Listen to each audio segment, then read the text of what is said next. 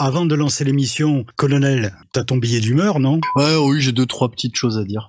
Cependant, les partis politiques peuvent répondre aux attentes du peuple de temps à autre. Distorsion. Bon, je crois qu'on va la refaire depuis le début, parce que j'ai oublié de dire bonjour à Tonio. Ah, carrément.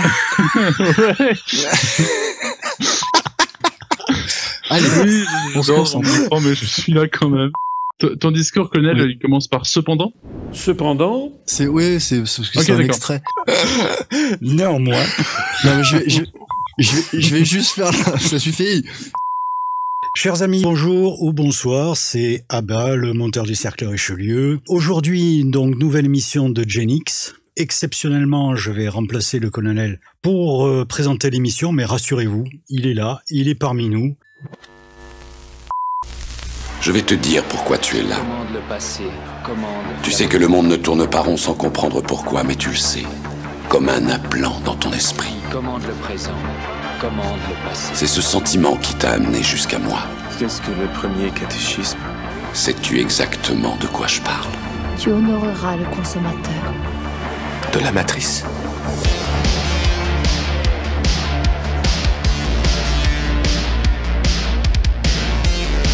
Je le remplace parce que Castellan, lui, par contre, n'est pas parmi nous, il a un problème de connexion. Colonel, tu es là? Comment vas-tu? Bonsoir à tout le monde. Bien, merci Abba. Et puis Tonio, qui est là aussi, parmi nous. Tonio, comment vas-tu? Bonjour Abba, bonjour à tous. Alors, ce soir, messieurs, vous allez nous parler de quoi? Qui c'est qui va commencer en premier? Toi, Tonio, ou colonel?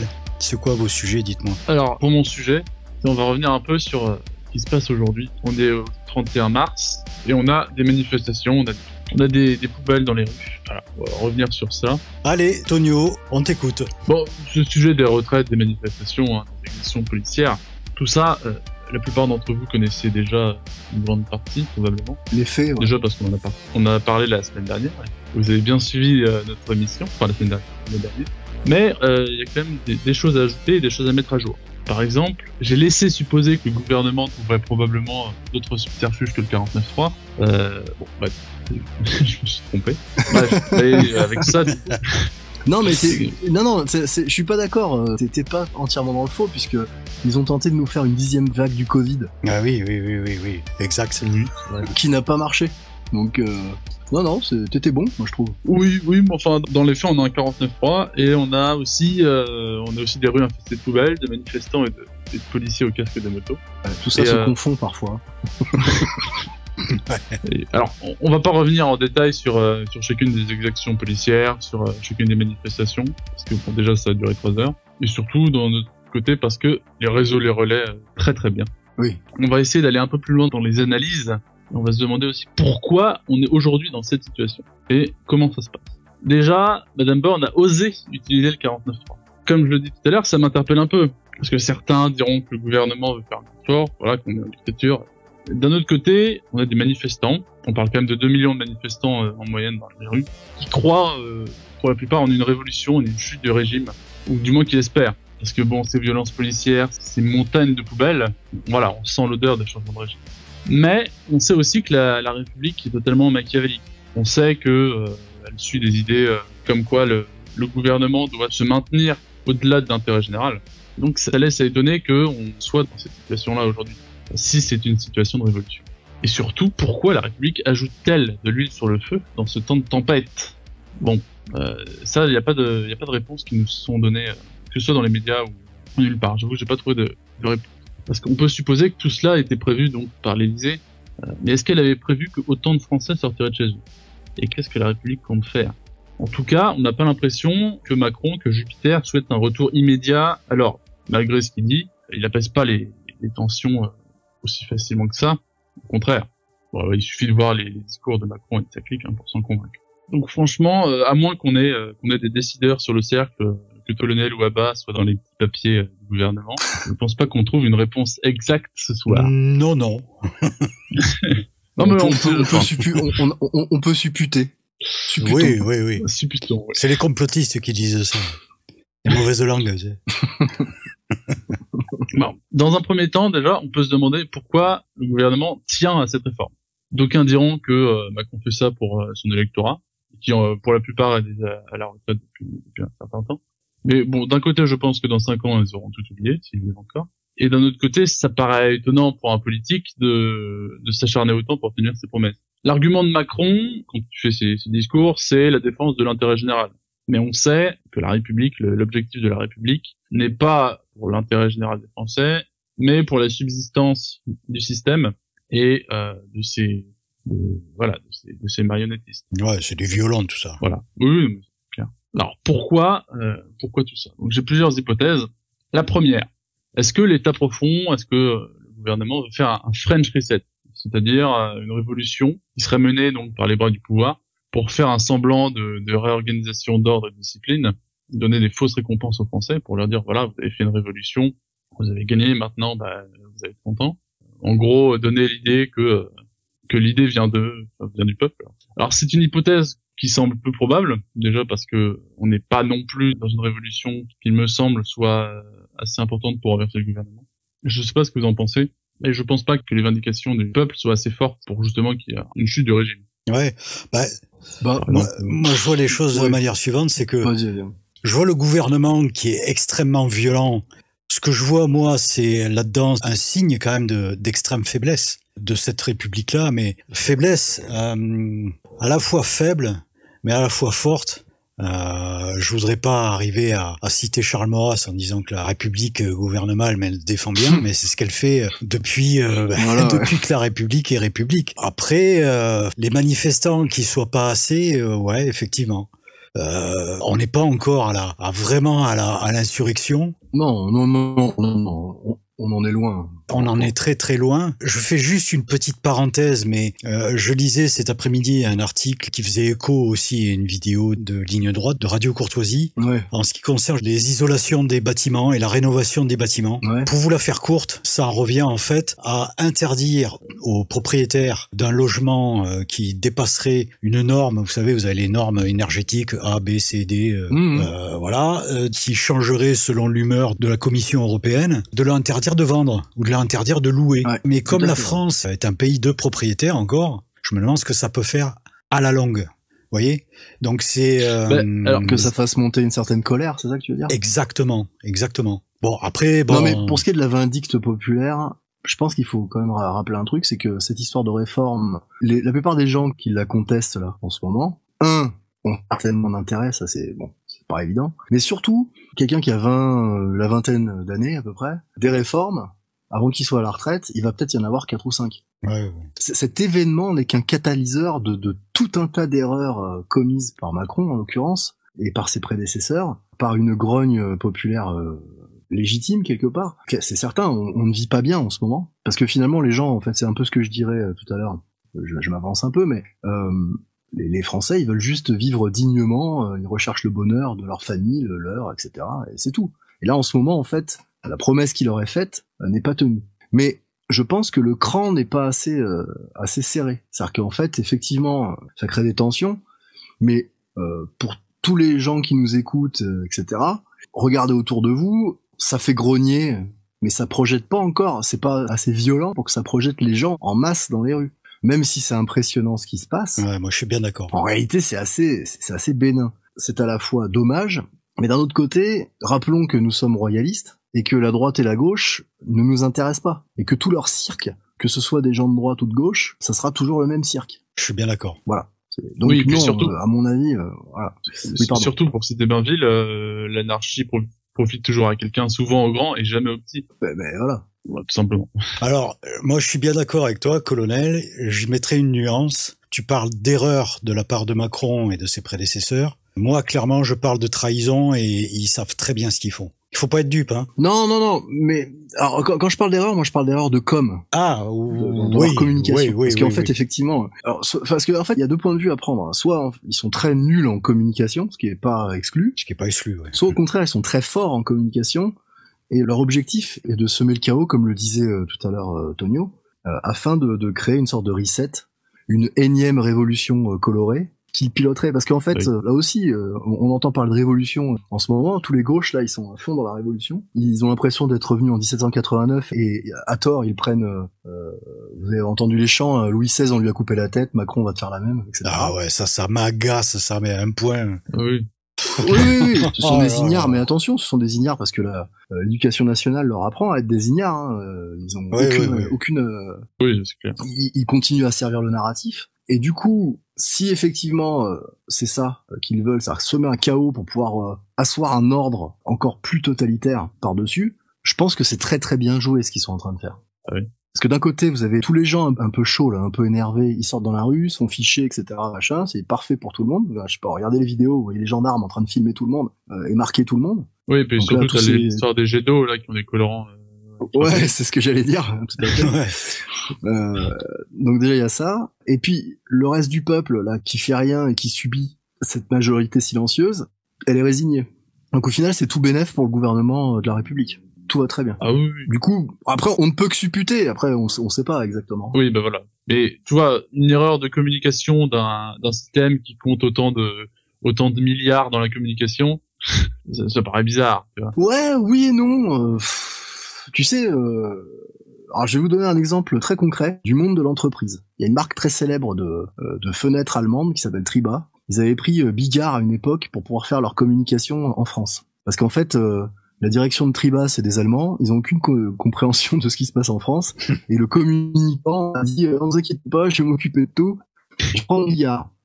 Quand la direction de Triba s'est pointée sur un gros salon en France, le président de Triba, là, je sais plus comment il s'appelle, Johannes, là, il a vu arriver Bigard, et là, il est devenu tout blanc. Il a fait, oh putain, vous m'avez pris ça, là? Alors bon, excuse-moi, mais les communicants, à part taper de la coke, ils sont pas toujours très très brillants. Voilà, c'est un peu mon exemple, c'est un peu un contre-exemple. Voilà. Ouais. Enfin bon, tu peux peut-être nous faire part de la suite de tes hypothèses? Oui, alors une deuxième hypothèse, c'est est-ce que le gouvernement ne voudrait pas tester la résistance des Français pour voir un peu à quel point le bétail est soumis. Ouais. Est-ce qu'on peut continuer d'empiéter sur les libertés, entre guillemets? Il a déjà eu une idée de la soumission du bétail pendant le Covid. Hein. Ah oui, c'est clair. Mais tu vois, il y a la peur sanitaire et il y a la peur sociale. Ouais. Et on voit qu'il n'y a pas les mêmes manifestations pendant le Covid que pendant... La peur du désordre. Que maintenant, quoi. La peur du désordre. Oui. Très bourgeois, ça. Oui, c'est clair. C'est très bourgeois. Mais on t'a coupé, Tonio. Faut pas te laisser faire comme ça, mon garçon. Ah oui, non, parce que tu sais, t'as deux vieux requins là qui sont à l'affût là. T'as même pas idée de ce qu'on peut te faire. Oui, vous m'avez mordu le mollet, j'ai regardé ma jambe et j'ai perdu mon on t'a mordu le mollet, t'as regardé ta jambe et t'avais plus ton bras. Te laisse pas faire, envoie-nous balader de temps en temps.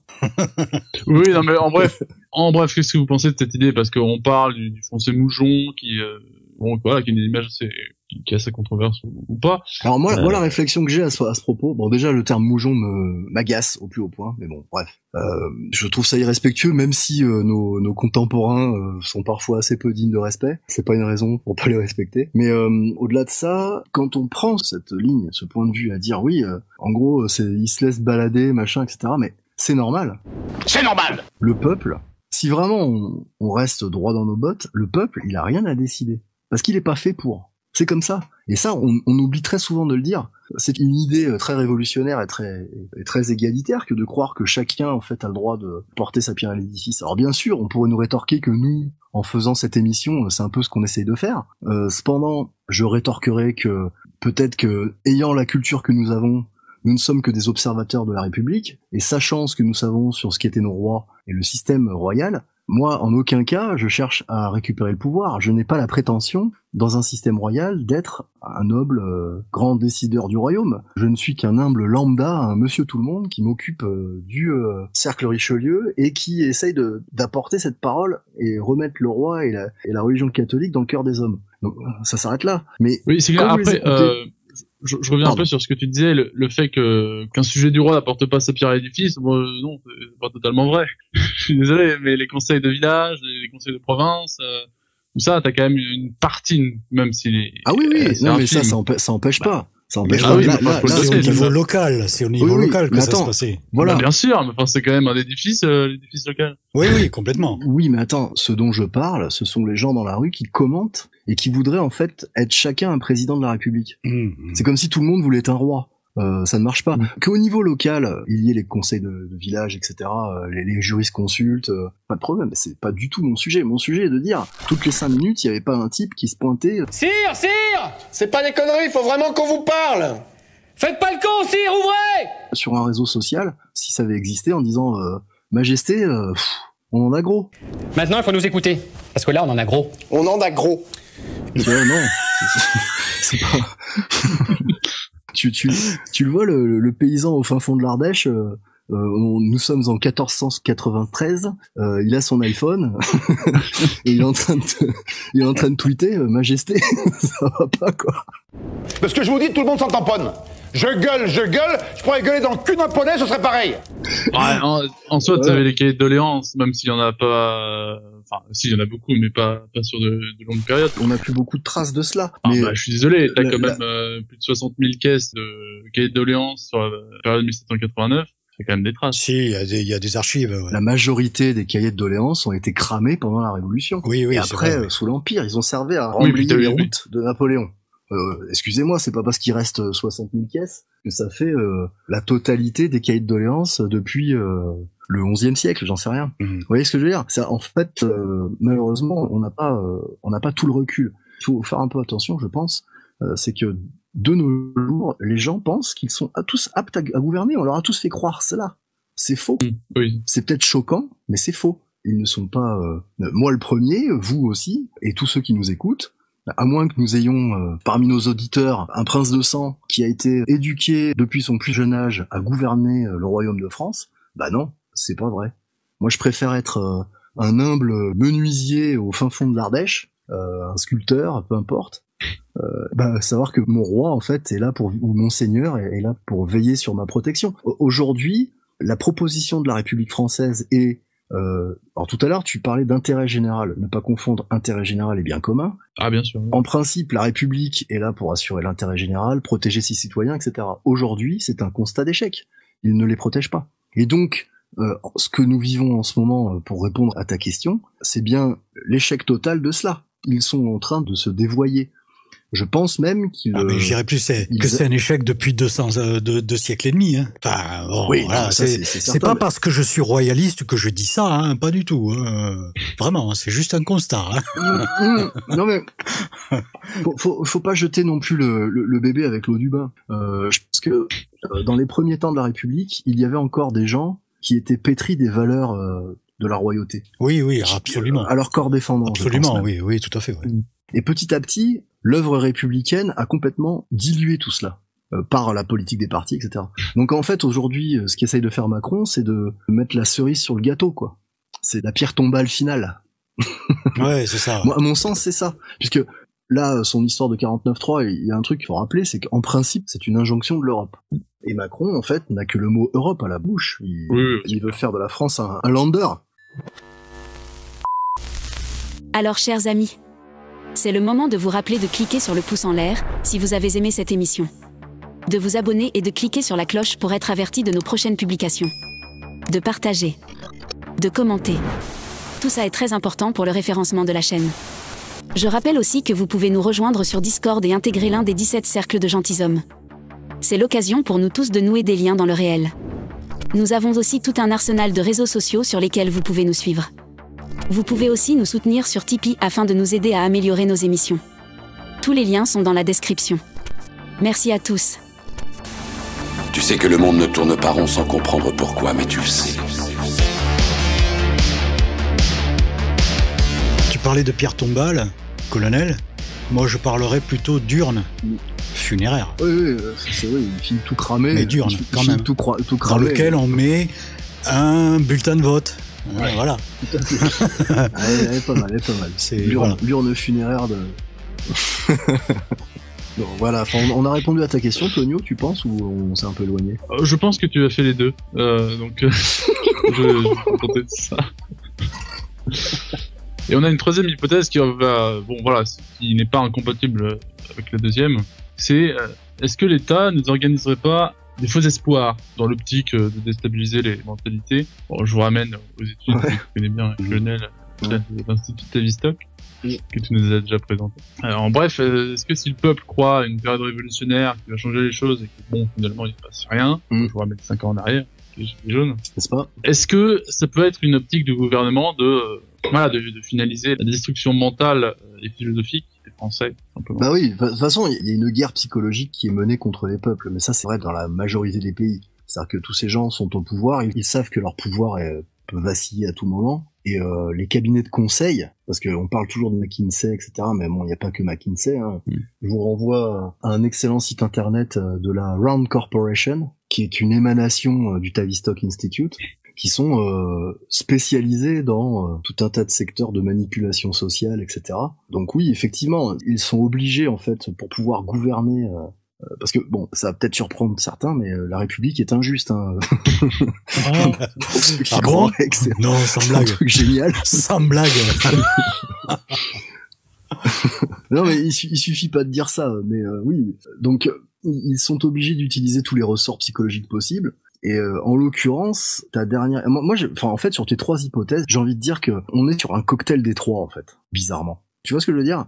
On est à la fois sur donner des faux espoirs aux gens, se laisser la liberté de pouvoir faire un changement de régime. C'est vachement à la mode, hein, le regime change. C'est une invention du Tavistock aussi. Enfin, c'est fait beaucoup par les Américains. Donc, à mon avis, ils sont tout simplement tranquillement en train de préparer leur bascule vers l'Europe. Je vais vous donner un exemple. L'harmonisation du matériel militaire. Vous savez qu'il y a le dernier char Panther allemand qui vient de sortir. Et parmi ses clients potentiels, il y a la France. Ouais. Donc ça veut dire qu'à un moment donné, s'ils harmonisent, alors si on prend juste le cas de l'armée, ils harmonisent tous les équipements, parce qu'on a des HK416, on a même plus d'industrie de l'armement en France, enfin d'armes personnelles. Ça va être plus facile à un moment donné d'harmoniser ça. Et je pense qu'au niveau politique, c'est ce qu'ils sont en train de faire de manière active. Ils harmonisent toutes les structures politiques pour arriver à leur but final, qui est la création de Greater Europa, la grande Europe. C'est tout, voilà. Enfin, moi, je le vois comme ça après. Hein. Bah, après, avec l'actualité en Ukraine, on peut avoir tendance à penser que les États-Unis en ont rien à faire de l'Europe et que bon, ils la sacrifient à la Russie à l'entraide avec l'Ukraine. Alors, dans quel sens on va ? Est-ce qu'on va dans une aliénation totale de l'Europe, mais qui ressort grandi en fait, sous la vassalité américaine, ou est-ce qu'on part dans un sacrifice qui va nous projeter à l'âge de pierre ? Faut pas confondre les volontés politiques de l'État, des néocons américains, etc., qui sont des volontés de pure politique. Hein. Je vous renvoie au Project for a New American Century, oui. Qui détaille pas mal tout ça. Donc ça, on est vraiment sur de la politique politicienne avec l'hégémonie américaine, la politique de la canonnière, etc., qui est en train de prendre cher en ce moment d'ailleurs. Et l'État profond, ce qu'on appelle communément l'État ou les États profonds, qui sont des degrés différents, un peu au-dessus, qui ont fabriqué la plupart des révolutions, notamment la révolution de 1917, hein, c'est quand même des banquiers qui ont financé tout ça, Schiff, etc. Donc c'est toujours les mêmes suspects. Oui, les fameux. Ouais, voilà. Tout à fait. oui, à ce niveau-là, rien de nouveau. Mais voilà, je pense que d'un côté, il y a la phrase tout le temps, les Américains, ok, les Américains. Enfin bon, quand on dit les Américains, on n'a pas tout dit. Hein. Il y a donc la politique américaine néoconservatrice qui date d'un moment maintenant, avec la théorie des dominos qui a commencé avec McNamara et Kissinger, et qui se poursuit, hein, gouvernement après gouvernement. Ça, c'est une chose. Et puis, il y a des superstructures au-dessus. Enfin, c'est comme ça. Après, c'est vrai que c'est complotiste, machin. Mais enfin bon, il y a rien de complotiste. Hein. Faut juste lire un petit peu, aller chercher à droite à gauche ces superstructures. C'est de la géopolitique actuelle, hein. Point mort. Ah oui, c'est tout. Voilà. Oui, et puis t'as des gros groupes financiers au milieu de tout ça qui essayent de modeler les républiques un peu à leur envie pour pouvoir faire un maximum de profit aussi. Ils ont pas forcément des volontés politiques d'ailleurs, ces gens-là, contrairement à ce qu'on peut croire. Ils sont là pour gagner du pognon et puis ils en ont rien à branler que Monsieur Tartampion crève la gueule ouverte, hein, c'est tout. Voilà. Justement, en parlant de pognon. En parlant de pognon, ouais. je suis colonel, et on va pouvoir passer à la 4e hypothèse. Non, je t'en prie. Donc cette 4e hypothèse, qui est peut-être la plus simple et la moins complotiste, parce qu'elle s'appuie sur moins de suppositions, c'est que la classe haute, c'est-à-dire ceux dont tu parlais, ceux qui ont les moyens de se réserver le système social privé, est-ce qu'ils voudraient pas justement tout garder pour eux ? Je m'explique. Si tout le monde finit à 64 ans son travail, déjà le temps de retraite diminue franchement parce que 2 ans en plus ça compte et que l'espérance de vie tendrait à diminuer. Ouais. Si l'hôpital public s'effondre, si d'ailleurs en fait, toutes les institutions sociales publiques s'effondrent et que les institutions privées, donc payantes évidemment, s'enrichissent et augmentent leur niveau de à leur niveau, tout simplement. Ça aménage des choses pour les classes, du coup, qui sont au-dessus de nous, et ça continue à agrandir l'écart qu'il y a entre les deux classes. Parce que finalement, aujourd'hui, il y a quasiment plus que deux classes, même s'il y a une classe moyenne, elle est en train de disparaître. Oui, mais moi j'y mettrais une nuance là-dessus. Alors c'est vrai que tu vas avoir une différence de classe, mais la classe qui domine actuellement, leur capital est totalement fictif. Donc, enfin, si j'en crois des gens qui sont infiniment plus calés que moi dans ce truc-là, mais que je suis, parce que je trouve quand même leur discours intelligent, comme par exemple Guy de Lafortelle ou Olivier de Lamarche, enfin bon, tous ces gens-là, leur richesse et leur puissance, au final, ne reposeraient que sur rien. Alors là, je vais peut-être jouer le rôle de l'étincelle d'espoir, disant qu'il manquerait peut-être quelque chose, peut-être une étincelle, ou peut-être un claquement de doigts pour que tout s'effondre. Alors comment? Ça, j'en sais rien. Mais bon, voilà, c'est peut-être la note d'espoir que je porterai là-dessus, quoi. Je sais pas ce que vous en pensez. Alors, je vais mettre un pseudo sur ton étincelle. Ces grands propriétaires, enfin ces grands riches qui sont propriétaires de biens fictifs sont aussi propriétaires de biens colossaux. Oui. Tu parlais tout à l'heure. C'est ce que j'allais dire. Tu parlais tout à l'heure du fait que les normes européennes font que si ton appartement est pas aux normes, tu peux pas le vendre, le louer. Ça va pousser des petits propriétaires qui n'ont pas les moyens de rénover leur truc à vendre plus grand, et on va se retrouver avec 90% de l'immobilier qui appartiendra, tu vois, à des riches, très riches propriétaires. Et ça fait de la valeur réelle. C'est déjà le cas. C'est déjà le cas sur Marseille, sur Paris. T'as des quartiers entiers qui appartiennent déjà à des grosses structures ou des grosses banques. Enfin, j'ai rien de nouveau sur le soleil, quoi. En fait. Mais oui, c'est juste par la valeur de ce qu'ils auront volé sur le moment. Si ça vaut plus rien. Non, mais attends. Il y a quand même un truc, c'est que même si, admettons, t'as des gros fonds spéculatifs, etc., les mecs, ils ont l'impression d'avoir de l'argent, mais en fait, voilà, tout se pète la gueule, ils vont tout perdre. Il y a quand même une classe un peu au-dessus de tout ça. Tu prends, regarde, Bill Gates, j'étais en train de vérifier. Bill Gates possède, réparti sur tous les États-Unis, 100 000 hectares. C'est un capital estimé à environ 700 millions de dollars. C'est tout? 100 000 hectares. Bon, 100 000 hectares de terres arables. Ça parle pas des propriétés, des machins, etc. Tous les gens en fait qui font de la spéculation et qui vraiment comptent détiennent des biens matériels, des biens immobiliers. Oui, mais même pas qu'immobilier, tu vois. Par exemple, Bill Gates a la propriété de 80% environ des photographies journalistiques parce qu'il a acheté plein de grandes agences. Oui. Dont beaucoup on verra jamais la figure parce que elle leur révèle trop de choses. Ouais. T'as des biens des richesses de toutes sortes et qui reviennent toujours dans les mêmes. Non mais c'est ça, c'est l'histoire de l'effondrement financier du système bancaire, etc. Bon, peut-être qu'on va le voir arriver, peut-être qu'on le verra pas arriver. Moi, je suis assez partagé, c'est-à-dire que les marchés en fait sont tellement influençables, etc. On le sait maintenant, que tu vois, ceux qui savent, ils seront jamais impactés. Par contre, les gens que nous on considère riches, mais qui en fait ne le sont pas, même un mec dont la fortune correspondrait, je sais pas, à 100 millions de dollars, en réalité c'est que dalle. Ouais, c'est ça. Parce que s'il a 100 millions de dollars uniquement en actifs bancaires ou je sais pas, s'il a en fait dans le dur, c'est mort. Par contre, des types qui ont des îles, qui détiennent quasiment des pays, eux, ils seront immuables. Tu vois, des Cecil Rhodes, en vrai. Ouais, c'est ça, ouais. Cecil Rhodes. Et c'est pour ça que... Très bon exemple, ça. Très bon exemple.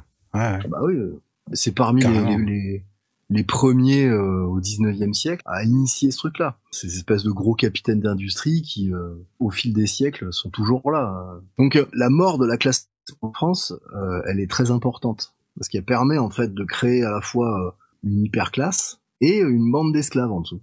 C'est ça. C'était leur projet. Hein. Mais c'est l'inversion du système aristocratique. C'est-à-dire qu'en fait, ils font ce qu'ils reprochent aux aristocrates. C'est ça. On reproche aux aristocrates, à travers l'éducation nationale, d'avoir été des espèces de nababs qui écrasaient sous leurs bottes et leurs éperons le pauvre paysan, en oubliant tout un tas de choses. Mais eux, en fait, c'est exactement ce qu'ils font. Exactement. Ils te disent que c'est la liberté et c'est génial. Soyez contents. Ouais, c'est ça, ouais. Mais c'était le projet déjà des socialistes fabiens. Ah ouais, la Fabian Society, absolument. Ah oui. La Fabian Society, dont la proposition était une révolution lente et dans le feutré. Et c'est exactement ce qu'on est en train de dire. C'est très exactement ça. Et alors, je parlais tout à l'heure d'un certain Guy de Lafortelle. Lui, il avait dit, Macron est un pur socialiste fabien. Vous entendez parler de ce terme, le socialisme fabien. Est-ce que c'est ça? Alors, quel lien est-ce que vous faites? Parce que le socialisme fabien, c'est quelque chose de très particulier. Donc, Dans cette interview, Guy de Lafortelle parle en réalité de Jacques Attali. Mais au final, cela ne change rien. C'est très localisé, très culturellement, c'est l'Angleterre. Vous parliez de ceux qui nous gouvernent aujourd'hui et qui continuent à maintenir ce système.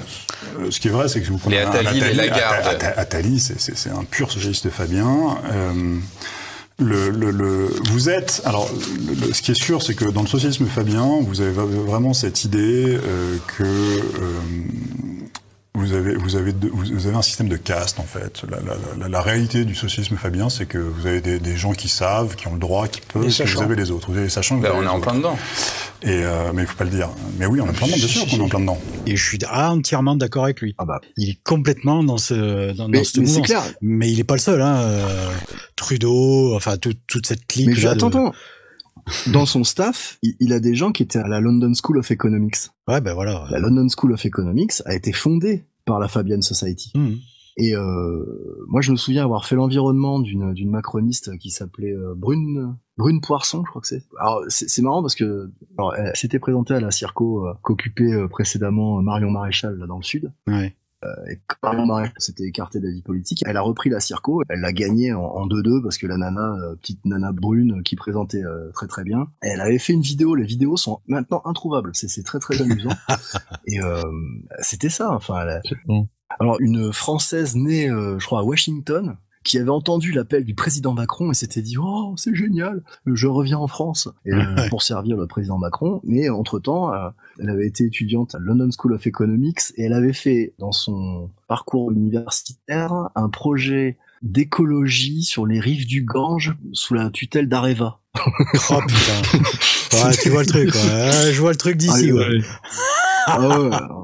Tu vois le machin? Petit arrangement entre amis, quoi. Ouais, et puis ça, c'est vraiment c'est le greenwashing de base, enfin, que de la merde. Ouais. Mais ça fait bien, et ça permet de se faire élire derrière, quoi. Parce que les gens sont un petit peu idiots, quand même, hein, faut pas déconner. Voilà. Oui, Ils sont surtout ignorants de beaucoup de choses, en fait. C'est surtout ça, oui. Ah oui, mais clairement. Mais une fois de plus, c'est pas grave. En vrai. Normalement, c'est pas grave. Normalement. Bah oui. Normalement. Ouais. Bref, vas-y Tonio. Bref, on peut pas non plus s'étendre trop loin parce qu'on a une vision. Ouais, on va bientôt conclure. Oui, surtout pas perdre non plus l'auditeur parce que vous êtes allé assez loin dans certains détails. Ah bah, tu vas pas nous reprocher d'être allé. On a répondu à tes questions, Tonio. Jusqu'au bout, enfin. C'est ta faute, tout ça. Non, mais c'est bon, faut arrêter. Les meilleurs membres tes questions non, c'est parce que tes questions étaient très pertinentes, Tonio. J'ai déjà vu des faux culs, mais vous êtes une synthèse. C'est pour ça. Exactement. Oui. Voilà, donc j'avais fini sur cette quatrième hypothèse, hein, donc, pour rappeler le fait que la classe haute s'écartait de la basse classe. Ce qu'on voit aujourd'hui, c'est que on a l'impression que le peuple se laisse pas faire. Ça reste qu'une impression visible. Bon, les médias parlent de tout et de rien. Ce que vous avez dit là, vous savez, j'ai pas entendu souvent dans les médias. C'est étonnant. Voilà. Donc, si vous avez des mots de la fin. C'est ta chronique, hein. C'est toi qui fais. Non, mais oui. Non, mais ce que je veux dire, c'est qu'avant que je conclue, avant que je dise, voilà, on est dans cette situation-là. Et bon, qu'est-ce qu'on peut faire? Qu'est-ce qu'il faut faire là-dedans? Est-ce qu'il faut juste regarder? Ou est-ce qu'il faut participer aux manifs? Parce que c'est sympa de se faire tabasser et lacrymo, c'est bon pour les yeux. Ouais. Non, faut voter. Sacré colonel. Ah, c'est une déconneur, ce colonel. Tu me l'aurais fait dans 1h09, ça aurait été drôle, mais là...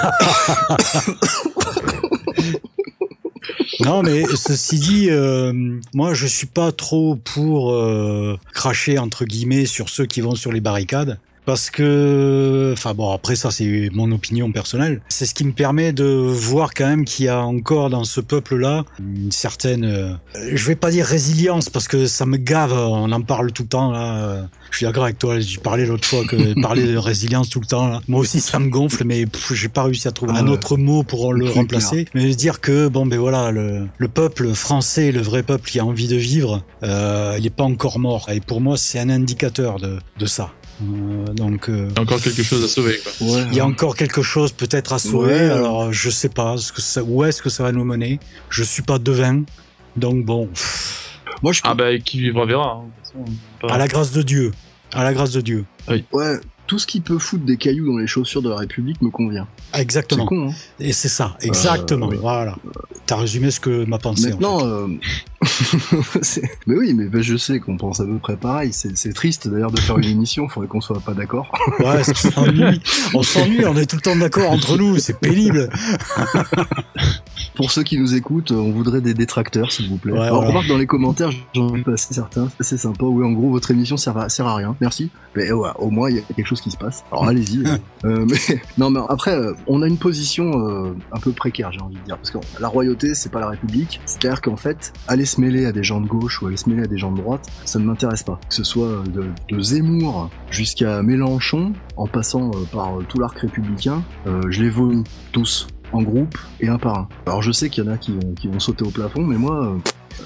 Alors après, il faut pas confondre ce que l'on pense au fond de soi-même et ce que certains appellent du positionnement politique, parce que à un moment donné, ça peut servir certains buts. Ça, c'est encore autre chose, c'est de la politique politicienne républicaine. Mais si on prend le point de vue de la royauté, on n'est ni à droite ni à gauche, on est les garants d'une certaine légitimité, d'une certaine droiture, et tout ce qui est en train de se passer ne prouve que l'échec de ce système politique. C'est tout. Alors maintenant... Ne va pas trop loin, colonel, parce qu'il faut laisser du contenu pour la semaine prochaine. Ah.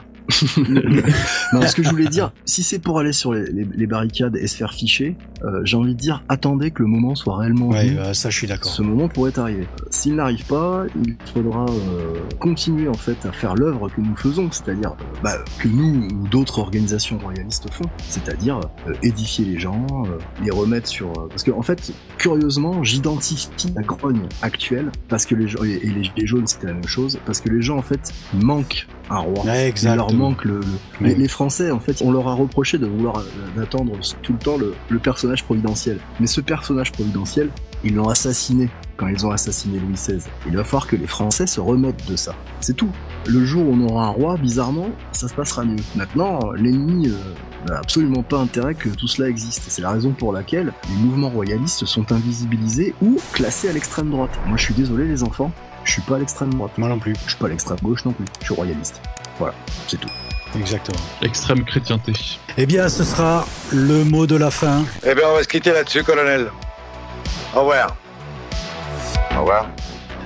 Chers amis, on se retrouve la semaine prochaine. Alors la semaine prochaine, c'est toi, colonel, qui va nous parler. Tu vas nous parler de quoi déjà? Rappelle-nous. Oh, je sais pas, l'échec de la politique des partis, un truc comme ça. Ah, bon, c'est un peu la continuité de ce que Tonio nous a parlé ce soir. Comme de par hasard.